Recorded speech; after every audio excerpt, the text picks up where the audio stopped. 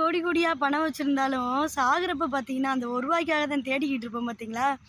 கம்பியோட விலை எவ்வளோ தான் கட்டுக்கம்பிக்கு கூட இருந்தாலும் கிலோ கணக்கில் இருந்தாலுமே இந்த கம்பி எல்லாமே ஒரு ஒரு ரூபா அந்த ஒவ்வொரு ரூபாயும் சேர்த்து வச்சா தான் 10 ரூபாயோ 100 ரூபாயோ 1000 ரூபாயோ வரும் பார்த்துக்கோங்க. நான் தச்சையெல்லாம் வீட்டுக்கெல்லாம் தண்ணி அடிச்சுட்டு இங்கே வந்து உட்காந்தேன் பார்த்துக்கோங்க. கம்பி கட்டிட்டு அப்படியே இங்கே நிறைய கம்பி போட்டு வச்சுட்டு போயிருக்காங்க.